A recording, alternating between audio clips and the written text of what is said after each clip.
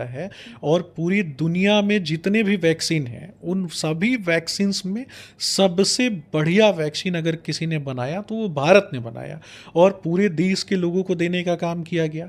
तो देखिए, निश्चित रूप से 4 जून को 12:30 बजे तक भारतीय जनता पार्टी ने जो लक्ष्य निर्धारित किया है उसको हम प्राप्त करेंगे और ये विश्वास है देश की यशस्वी जनता से, देश के बेटों से, देश की बेटियों से, क्योंकि एक गरीब का बेटा दौर के लिए, जीतने के लिए कर रहे हैं या वाकई में इसमें कुछ एजेंडा दिखता है? देखिए, तेजस्वी जी जिस तकनीक का उपयोग कर रहे हैं उस तकनीक को भी भारत में लाने वाले व्यक्ति का है नाम है नरेंद्र मोदी जी, और उस तकनीक को भी मेड इन इंडिया तरीके से बनवाने वाले व्यक्ति का नाम है नरेंद्र मोदी जी। और मेड इन इंडिया जब वो बना वो तकनीक, तो न जाने कितने लोगों को रोजगार प्राप्त हुआ, तो वो रोजगार देने वाले व्यक्ति का भी नाम नरेंद्र मोदी जी है। इस नमस्कार, टाइम्स 18 देख रहे हैं आप और आपके साथ तो मैं हूं शकीना मलिक। देखिए, जिस तरह से अभी सियासी मामले में बेहद गर्माहट देखने को मिल रही है, पक्ष विपक्ष एक दूसरे पे लगातार कटाक्ष करते हुए नजर आ रहे हैं। ऐसे में अमित शाह के एक बयान ने बेहद हलचली मचा दी है। जी हाँ, उन्होंने अनाउंस कर दिया है कि 4 जून को जो रिजल्ट आई नहीं है चुनाव की, उन्होंने पहले से घोषणा कर दी है कि बीजेपी का नैया पार है, बीजेपी ही जीतेगी। तो ऐसे में हम बात करने के लिए पहुंचे हैं बीजेपी कार्यालय और हमारे साथ आज मौजूद हैं BJP spokesperson Sumit Shashank ji. इनसे हम पूछेंगे कि क्या आपकी इस पे राय है।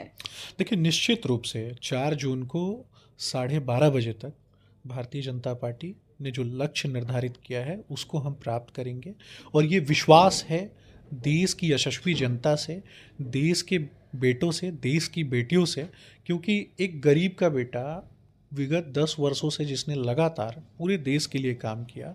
और आप ये भी देखें ना कि कांग्रेस का काल के विषय में जब हम बात करें तो इन लोगों ने 12 लाख करोड़ रुपए का घोटाला किया और भारतीय जनता पार्टी के यशस्वी नेता आदरणीय नरेंद्र मोदी जी के ऊपर ये 25 पैसे के घोटाले का आरोप लगा सकते हैं क्या? हमने विभिन्न कल्याणकारी योजनाओं के माध्यम से संपूर्ण देश के लिए काम किया, चाहे 34 करोड़ लोगों को डीबीटी के माध्यम से उनके खातों में पैसा जमा कराने की बात हो, और साथ साथ बैंकिंग सेक्टर्स में नौकरियों के सृजन की बात हो, चाहे 34 करोड़ लोगों को आयुष्मान भारत योजना के माध्यम से उनका इलाज कराने की बात हो। क्योंकि जब किसी गरीब का इलाज होता है, गरीब की माँ, बहन, बेटी बीमार होती है और उसका इलाज होता है, तो ये कहीं ना कहीं इससे बड़ा पुण्य ना दुनिया में कुछ नहीं होता है। अभी विपक्ष कहते हुए नजर आ रहे हैं कि चंदा चोर में, ऐसे प्रधानमंत्री का ये कहना है कि 120 करोड़ जनता की जो जान का मामला आया है, जिसको रिस्क में डाला गया वैक्सीन को लेकर, तो कहीं ना कहीं वो कह रहे हैं नरेंद्र मोदी जी ने घोटाला किया है। देखिए, पूरे देश में आप देखेंगे और पूरी दुनिया में देखेंगे, पूरी दुनिया में कोरोना काल में कितनी भयानक विपदा छाई हुई थी और आदरणीय नरेंद्र मोदी जी के नेतृत्व में वैक्सीन का निर्माण होता है और पूरी दुनिया में जितने भी वैक्सीन हैं उन सभी वैक्सीन्स में सबसे बढ़िया वैक्सीन अगर किसी ने बनाया तो वो भारत ने बनाया और पूरे देश के लोगों को देने का काम किया गया। तो आप ये सोचिए ना कि कोरोना काल में क्या कभी किसी व्यक्ति को दूध की सप्लाई में दिक्कत हुई क्या किसी व्यक्ति को सब्जियों की सप्लाई में दिक्कत हुई क्या किसी व्यक्ति को भोजन की सप्लाई में दिक्कत हुई क्या किसी व्यक्ति को दवाई की सप्लाई में दिक्कत हुई क्या? और इसके अलावा हमने इतने बड़े वैक्सीनेशन प्रोग्राम के माध्यम से प्रत्येक व्यक्ति को वैक्सीनाइज्ड करवाया और साथ साथ एक और वैक्सीनाइजेशन प्रोग्राम की बात मैं करूँगा कि गरीब की जो बेटी है, बहन है, माँ है, इन सभी लोगों को मिशन इंद्रधनुष के माध्यम से उनका वैक्सीनाइजेशन करवाने का काम किसने किया? गरीब के बच्चों को, आदिवासियों के बच्चों को कुपोषण की दर से बाहर निकालने का काम किसने किया? राजीव गांधी ने किया और 2 घंटे तक सदन को चलने नहीं दिया गया। दक्षिण भारत में, कर्नाटक में ओबीसी का आरक्षण छीन करके मुसलमानों को देने का काम किसने किया? इसका भी तो विरोध होना चाहिए ना। जी, तो सुमित जी, आपकी इस बात पे क्या हम ये मान लें कि जो अगर बीजेपी सरकार आएगी तो इसमें सिर्फ हिंदू के लिए किया जाएगा? क्योंकि जैसे आपने कहा कि लोग ये कहते हुए नजर आ रहे हैं कि हिंदुओं को काट के मंदिर पे टांग दिया जाएगा, तो कहीं ना कहीं ये मामला जो फंस रहा है, अभी प्रधानमंत्री नरेंद्र मोदी जी का भी एक बयान सामने आया था मंगलसूत्र का मामला, तो उसमें भी डायरेक्ट विपक्ष का ये कहना था कि हमने तो खुद अपना मंगलसूत्र देश के लिए खोया है, तो हम क्या ही मंगलसूत्र छीन के मुसलमानों को देंगे।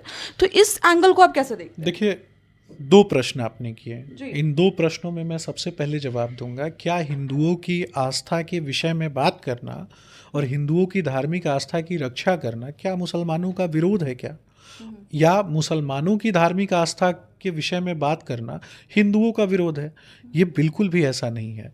जब हमने सबके साथ, सबके विकास, सबके कल्याण और उन्नति और उत्थान की बात की, और जब हमने 80 करोड़ लोगों को अनाज देने का काम किया, तो क्या इसमें मुसलमान नहीं थे क्या? ये भी जानना है। 80% से भी ज़्यादा पसमानदा मुसलमानों को, और खास करके पूरे के पूरे मुस्लिम समाज को, कांग्रेस ने उनको मानसिक रूप से गुलाम बनाने का काम किया। कांग्रेस का काम एक तरीके से मुसलमानों का तुष्टीकरण के साथ साथ मुसलमानों का दोहन करना भी रहा। विगत 70 वर्षों में क्या मुस्लिम समाज के पिछड़ेपन का कारण कांग्रेस नहीं है क्या? इस पर भी जवाब देना पड़ेगा ना कांग्रेस को। और इसके अलावा एक दूसरा प्रश्न भी आपने पूछा, मैं चाहता हूं कि एक बार आप फिर से जी, वो प्रश्न ये था कि क्या बीजेपी सरकार आएगी तो हिंदू राज्य हो जाएगा? देखिए, स्पष्ट रूप से मेरा मानना है कि देश जो है ना, ये सनातन मान्यताओं में बसा हुआ भारतवर्ष है, और सनातन मान्यताओं में बसे हुए भारतवर्ष के साथ साथ देश जो है ना, संविधान के मूल तत्वों पे चलता है। संविधान के मूल तत्वों पे आपने देखा होगा कि संविधान पे भाव चित्रात्मक लिपि में मर्यादा पुरुषोत्तम श्री राम को अनुकृत किया गया है। मर्यादा पुरुषोत्तम श्री राम का मतलब है राम राज्य का संकल्प, और राम राज्य का संकल्प का अर्थ है समाज के प्रत्येक व्यक्ति को साथ लेकर के चलना। हमने सबके लिए काम किया है। जब अगड़ी जातियों के आरक्षण की बात होती है और 10% आरक्षण जब उनको प्रदान किया गया, तो क्या इस 10% आरक्षण में मुसलमान वर्ग से आने वाले जो लोग हैं, चाहे वो शेख, सैयद, जितने लोग हैं, क्या उनको आरक्षण नहीं मिला क्या? ये भी तो बताना पड़ेगा ना। जब गुणवत्तापूर्ण शिक्षा की बात होती है, देश की उन्नति और उत्थान की बात होती है, तो क्या इसमें मुसलमानों को भारतीय जनता पार्टी ने कभी पीछे छोड़ा क्या? तो इस विषय पे भी तो बात होनी चाहिए ना। जी जी, प्रधानमंत्री नरेंद्र मोदी के स्पीच में ये चीज़ क्लियर था कि अगर विपक्ष जो है देश का जितना भी सोना है, वो पैसा हो या सोना हो, सब मुसलमान के हित में दे देगी, और इस चीज़ को लेके काफ़ी बवाल भी हो रहा था। तो आपको क्या लगता है, ये सारे दौर के लिए, जीतने के लिए कर रहे हैं, या वाकई में इसमें कुछ एजेंडा दिखता है आपको? देखिए, तेजस्वी जी जिस तकनीक का उपयोग कर रहे हैं, उस तकनीक को भी भारत में लाने वाले व्यक्ति का है नाम है नरेंद्र मोदी जी, और उस तकनीक को भी मेड इन इंडिया तरीके से बनवाने वाले व्यक्ति का नाम है नरेंद्र मोदी जी। और मेड इन इंडिया जब वो बना, वो तकनीक, तो न जाने कितने लोगों को रोजगार प्राप्त हुआ, तो वो रोजगार देने वाले व्यक्ति का भी नाम नरेंद्र मोदी जी है। इसके अलावा एक प्रश्न जिसका जवाब मैं दे नहीं पाया था, मैं भूल गया था, मैं बताता हूँ। ये मंगलसूत्र की बात करते हैं। आप मुझे एक तस्वीर दिखा दीजिए, ये मंगलसूत्र की बात किसने की थी? प्रियंका गांधी ने की थी। प्रियंका गांधी की एक तस्वीर आप दिखा दो जिसमें वो मंगलसूत्र पहनती हों और जिसमें वो माथे पे सिंदूर लगाती हों। तो जिसको भारतीय कल्चर, भारतीय सिविलाइजेशन, भारत के रीति रिवाज और परंपराओं में विश्वास नहीं है, वो मंगलसूत्र की बात करेंगे क्या? और मैं तो बार बार कहता हूँ कि इटली में कौन सा मंगलसूत्र होता है भैया?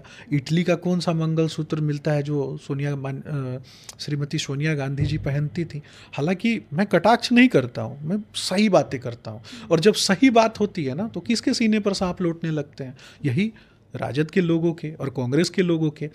ये जब सोनिया गांधी जी के विषय में बात करो और जब प्रियंका गांधी जी के बारे में बात करो, तो ये सीधा कहते हैं कि आप महिला विरोधी हो। लेकिन देश की प्रथम महिला राष्ट्रपति, देश की महिला राष्ट्रपति जो कि प्रथम आदिवासी महिला राष्ट्रपति हैं, उनके विषय में कांग्रेस के प्रवक्ता कहते हैं कि राष्ट्रपति के बजाय राष्ट्रपत्नी शब्द का प्रयोग करते हैं।